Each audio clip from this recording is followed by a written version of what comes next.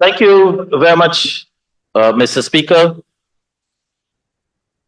Mr. Speaker, it is my honor to stand this afternoon in support of Budget 2024. Staying the course, building prosperity for all. Budget 2024 brings us to the verge of fulfilling our manifesto promises of 2020. Those promises were made when in the middle of the pandemic and the fight to protect our democracy following the successful no confidence motion. We saw that the people of our beloved Guyana suffered because the then government lacked vision, leadership, and above all, empathy for the struggles of the people. Today, I am proud that less than 4 years later, we can without a shadow of a doubt say we have stayed the course and we are building prosperity for every Guyanese. Mr. Speaker, only a few weeks ago, the successes of our rapid development was overshadowed by the threatened bygone era. But we saw the leadership that came from this PBPC government, led by His Excellency President Dr. Mohamed Irfan Ali. The world saw that though we might be little in number, we are giants in spirit, and together we rallied for our nation. Today, we can boldly continue the path to prosperity for all. Mr. Speaker, it is not by accident that we can boast a brand new 4-lane highway from Sheriff Street, Mandela Junction to Diamond.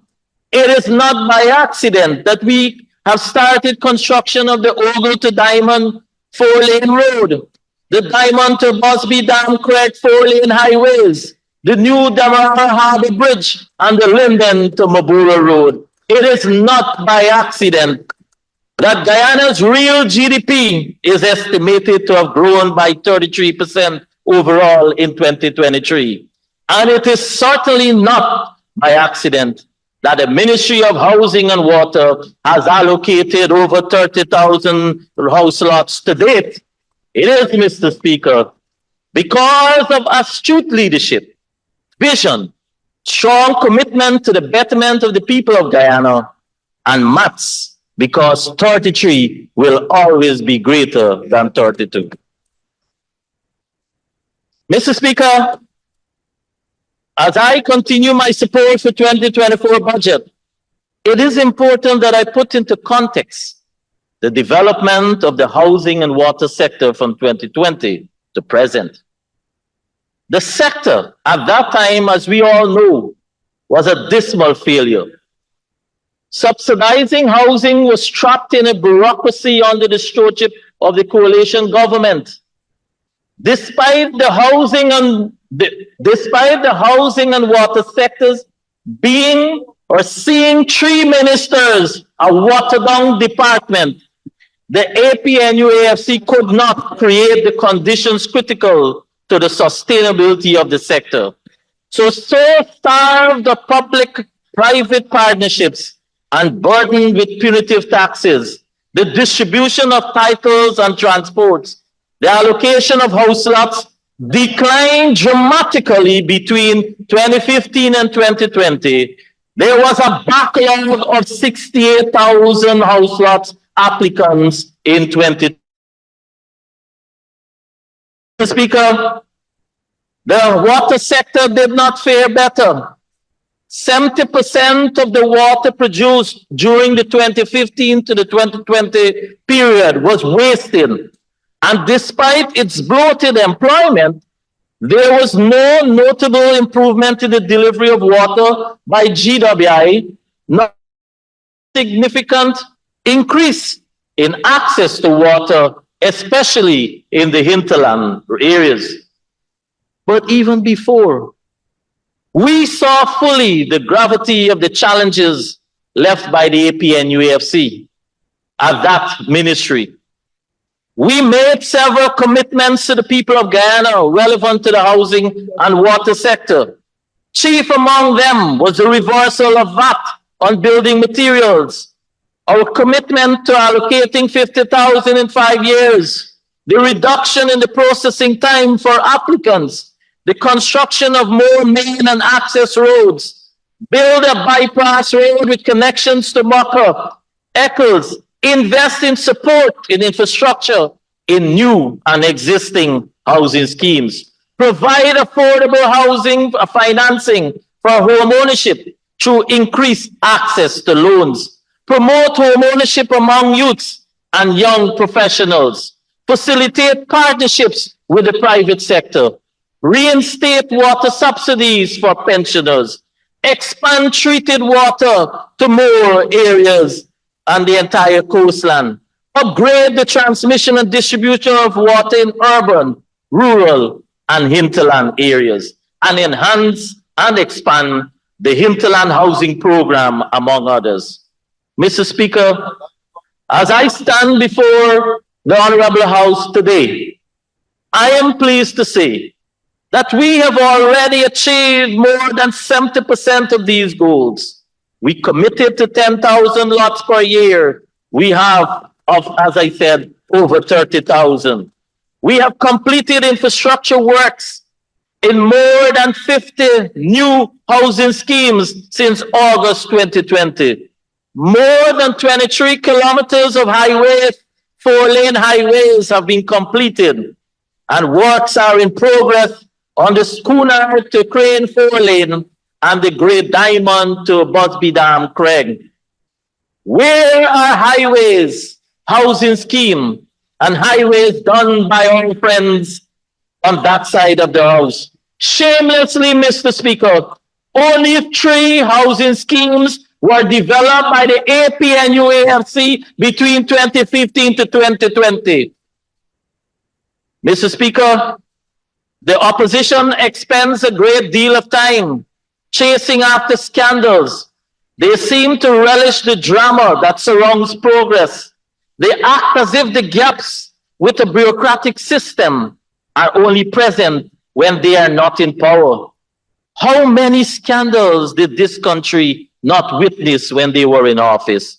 There was the Durban Park Gate, Parking Meter Gate, Plane Gate, and of course, Rig Gate. And while they are singing about family, friends, and favored, they are conveniently forgetting that their own minister was removed when it was discovered that her husband was benefiting from contracts in her own ministry. Mr. Speaker, our housing priorities are not just about wood and brick buildings. We are investing in our people. New financial interventions were developed to make the home ownership process easier and accessible. We were aware of the hardship some allottees experienced trying to access loans to build their homes. And we were acutely aware that many of the young professionals wanted to own their own home, but also those had challenges. So we collaborated as a government with the Ministry of Finance and the banking sector to make access to loans easier and faster. This collaboration bore several fruits. Reduction in residential mortgage interest rates to all lending institutions. Review of the New Building Society Act to allow it to raise its mortgage ceiling from $12 million to $20 million and offer of lower interest rate on mortgages. GRA has raised the mortgage interest relief ceiling from $15 to $30 million and interest rate reduction at commercial banks. This in turn, Mr. Speaker, has made low-income mortgages more affordable. Yep. We have, in short, Mr. Speaker, and may I say the F's, we have, in short, Mr. Speaker, facilitated faster financing for our people so that they can have their own homes. Mr. Speaker, providing subsidized housing for the citizens of Guyana is a clear and present priority of this government. It is the mandate that guides the Ministry of Housing and Water, as was obtained since the formation of the CHPA, Central Housing and Planning Authority, in 1948. The primary objective has been to provide lands to eligible Guyanese for residential purposes. But the CHPA has evolved to provide complete houses and commercial industrial lands. Mr. Speaker, when we got in 1992, there was no housing policy or department. In the early stages, the lands provided had rudimentary infrastructure. That is a basic road that was mostly bricks. Utilities had to be accessed from the individual companies by the landowner. There was no cohesive approach to developing the housing sector. Since 1992, we began to modify and improve the housing program of 1948. Today, we are establishing well-developed housing schemes that include roads, bridges, drainage, electricity, and access to potable water. Mr. Speaker, the opposition harps about preferential systems that exist as regards to allocations, but they know that house lot allocation, while not an exact and perfect science, it is based on a few things: availability of land, development of the land, and of course, an application. The categories of lots range from low, moderate, middle, and high income, and these are allocated based on the applicant's income and some other factors that are taken into consideration. The same applies, Mr. Speaker, to the houses. In some cases, applicants themselves have requested a change in the category assigned because their financial circumstances may have changed, and those requests were considered and facilitated as far as possible. Mr. Speaker, I want to share with this House the most recent cost for house lots according to their categories. So, for example, from 2015 to present, low-income lots ranged from $92,000 to $150,000. Moderate income house lots from $300,000 to $700,000. Middle income from $800,000 to $2 million. High income lots from $2 million to $6 million. And for example, for houses, the low-income two-bedroom flats range from $3 million to $5.5 million. Moderate income from $7.5 million to $9.5 million. And the young professional houses, $15 million to $20 million. Mr. Speaker, each category is further broken down by region. So the cost of a low-income house lot on the east bank of Demerara is more than one that you may find in Region 10. Similarly, a low-income two-bedroom flat you can find in Region 6 will be $5.5 million, but one in Letem is being done at $3 million. The differences are not because of some arbitrary or manipulated system, as the opposition likes to tout. The prices of lots are determined based on the infrastructure, the land size, and market prices. But it's important to remember, Mr. Speaker, that these costs are also heavily subsidized by the government, as was just outlined by my colleague minister. What is interesting, Mr. Speaker, is that despite the assumptions by the opposition that citizens face financial constraints to acquire house lots, suggesting that the cost is too high, the demand for house lots in each of the category far outweighs the supply, and so too the demand for access to easy finance has skyrocketed. As a solution for the demand for affordable loans, the Ministry of Housing and Water and 𝐂𝐃𝐄𝐓 collaborated with the banks to expedite applications for mortgages. And President Dr. Mohamed Ali has engaged the banks to lower their interest rates. In 2020, interest rates were 4%, 5.9%, and 6.25%. Last year, or by the end of 2023, following intervention by this government, rates were lowered to 3.5%, 3.75%, and 6.7%. Honorable Minister, I have the Honorable Member, Ms. Annette Ferguson, on her feet. Thank you very much, Mr. Speaker. Mr. Speaker, I stand on Standing Order 40. Earlier, Mr. Speaker, you ruled. And what fault was? Go ahead.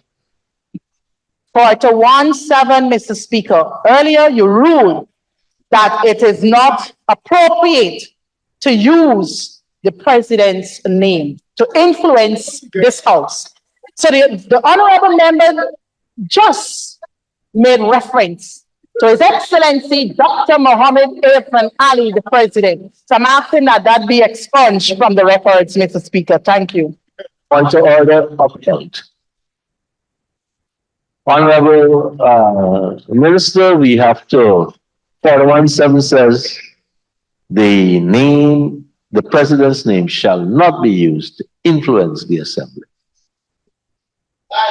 Honorable AG, you're not the judge here. You're an advocate.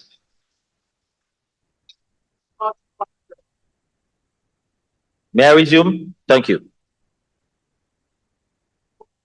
Having outlined the lowering of the interest rates, Mr. Speaker. So, for example, as was mentioned, 2020, New Building Society received, while they disbursed over $3.5 billion, they received over 669 applications. And by end of last year, they received applications of over 3,000. This is the power of the PPP government, Mr. Speaker. We care about the people, and we have considered the constraints that they might face. We didn't bring a motion to Parliament or ask for a select committee. We knew what we had to do. The banks are now lending as much as 100% of the cost to build a house, and the applicants can use their lot as equity. In 2020 and prior, Mr. Speaker, applicants had to have both cash and land to be considered for a loan. That has changed. Our government has made this happen. The investments that this government has made in the housing sector is worth it, and no amount of nitpicking by the opposition will stop us from realizing the goals of 50,000 allocations by 2025. Mr. Speaker, there is unprecedented growth in the housing sector since our return to office. The sector is energized, stakeholders are motivated, and the banks are committed to the support of a more flexible approach to the loan process.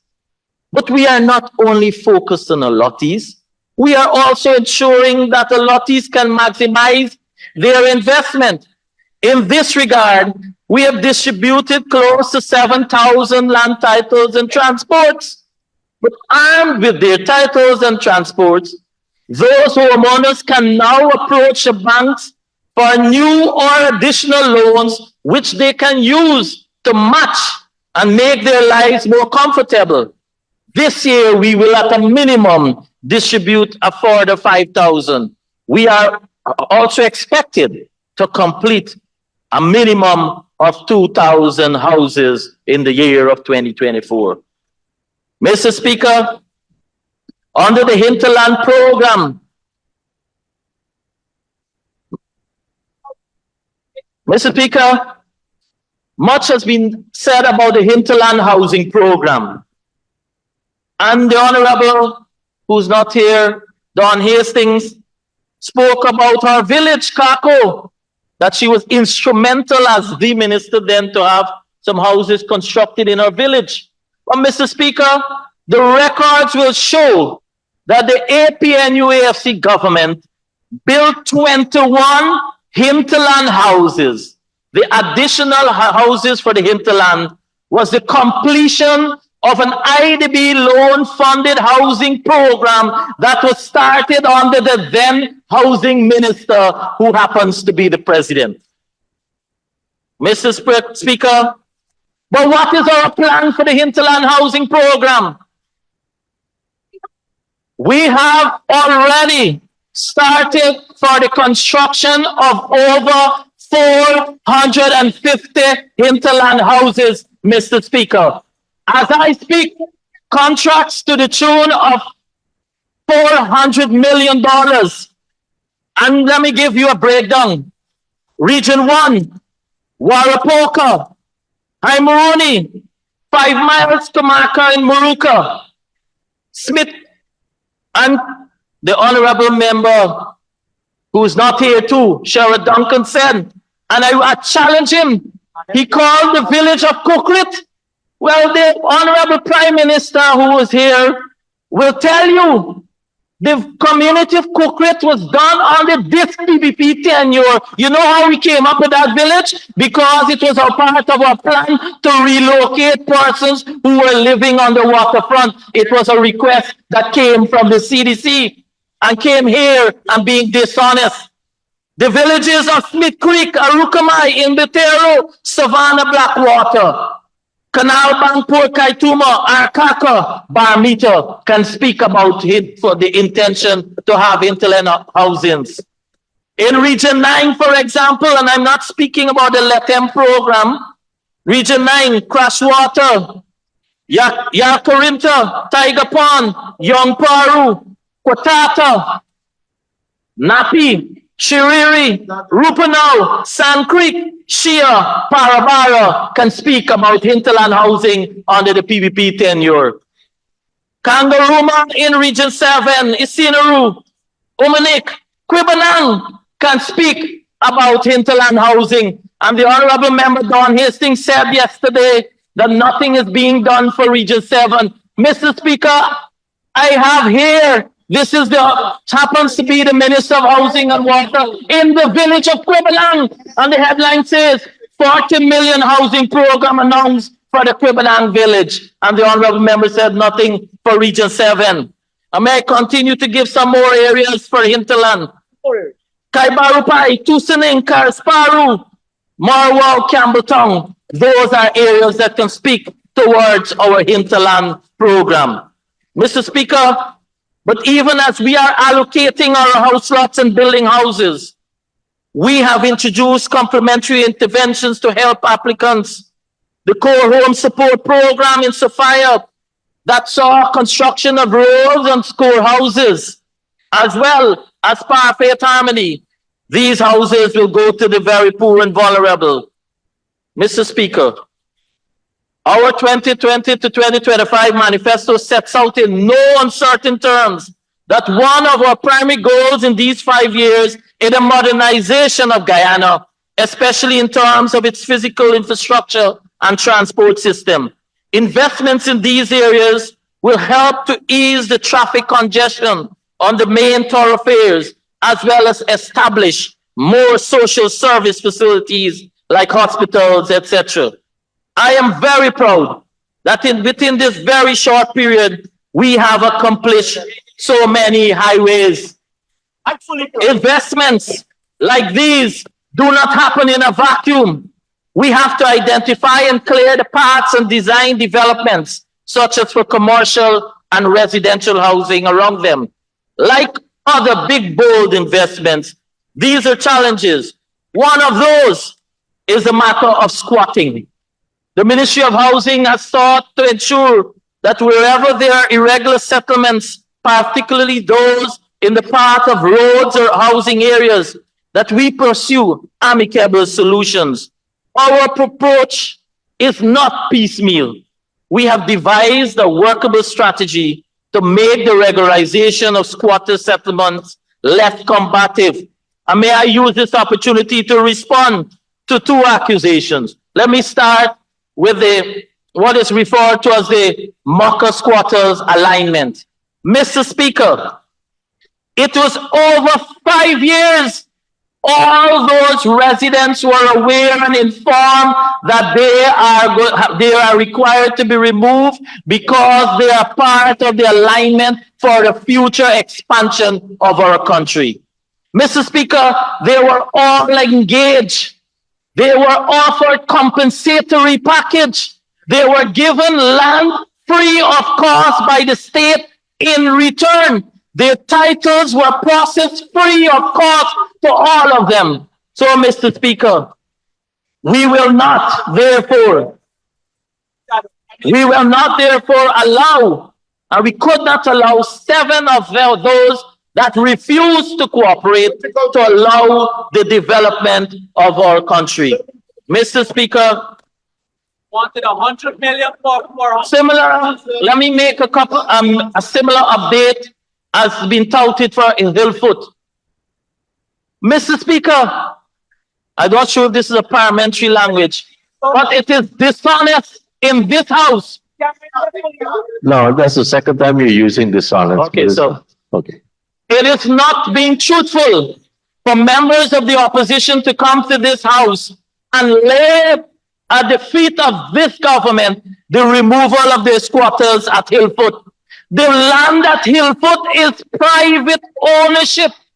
That owner went to court and got a court ruling to remove the squatters on their land. It is this PPPC government that engaged those squatters and offered them an alternative location right in Swan.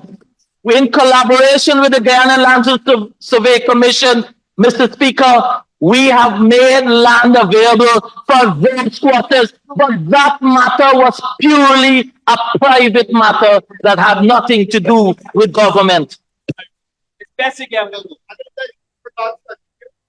Mr. Speaker, the establishment of the highways have created thousands of jobs for unskilled, semi-skilled, and skilled laborers. It has reduced traffic congestion on the East Bank Highway.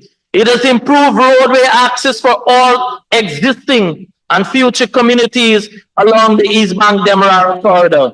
And it has improved accessibility for Guyanese seeking to establish housing and businesses in new lands owned for residential, commercial, and industrial development adjacent to the highway route. Mr. Speaker, since 2020, we have been ensuring that we find solutions to reduce wait times and to make processes and procedures employed by the ministry be less cumbersome. To this, we have even begun the implementation of the single window platform, for which is almost completed. It is being tested as we speak. This platform will reduce wait time and operational costs for application permits. Mr. Speaker, I use this opportunity to respond, and I'm glad the honorable member is holding that picture. Please hold it higher for me. As I speak, Mr. Speaker, there are 30 persons who have pre-qualified, and on Monday, they will be seeing their new house to occupy them by the bank. Mr. Speaker, those are 2-bedroom houses that we have so much a demand for that we can't even respond to be able to all the applicants. Mr. Speaker, the honorable member speaks about LBI, the Honorable Ferguson. LBI will be an area or a location that will be an envy of many communities. You drive in the front, you have allocation for high-income house lots. To the right, already over 450 young professional houses under construction, for which the first 100 will be completed by the end of this fourth quarter. You go further down to the left, you have development of malls and other amenities. But Mr. Speaker, if the honorable member is honest, and if that go now to LBI I challenge you, honorable member, to tell me if when you drive into LBI now, you won't see posts that is being put up at the front of LBI. I challenge you, honorable member. And already the pipe network for the water infrastructure is in place. So, Mr. Speaker, the honorable member is not being truthful again. Well, it's not being kind to what it should be the right answer. Not being kind is very, very good. And I want to be very kind to you to give you enough time to conclude. Sure. Mr. Speaker. Not yet. Hold on. Mr. Speaker, Speaker, I know my friend and colleague is eager to carry on and very enthusiastic, and we would love for him to carry on. So I'll respectfully ask that he has time to conclude his presentation. Honorable member, you have 5 minutes starting now to conclude. Mr. Speaker, so when the honorable member comes and talk about housing sector, she must remind them whereby they only allocated 7,534, for which we had to put the infrastructure work in place to complete for those allocations done. Mr. Speaker, when the honorable member comes and talk about housing, they must come and tell this house that they left a backlog of 68,000 pending applicants. And although we have allocated 30,000 already in the system, we have 13,000 new applicants within this last 3 years. When the honorable member must come and speak on the housing sector, you must come and tell this house that we have allocated over 53% to the young people of this country. You must come and tell this house that over 45% are females who are interested in their own development. You must come and tell this house that for the low-income houses that we have constructed to date, over 43.3% are low-income houses. We over 29.2% are moderate-income houses. Over 20% are middle-income houses. So the point to note, Mr. Speaker, is that we are responding to the majority of the pending applicants. Mr. Speaker, I want to quote here, and there's always to talk about to make when you regularize or have to deal with squatting as we're doing something inhumane.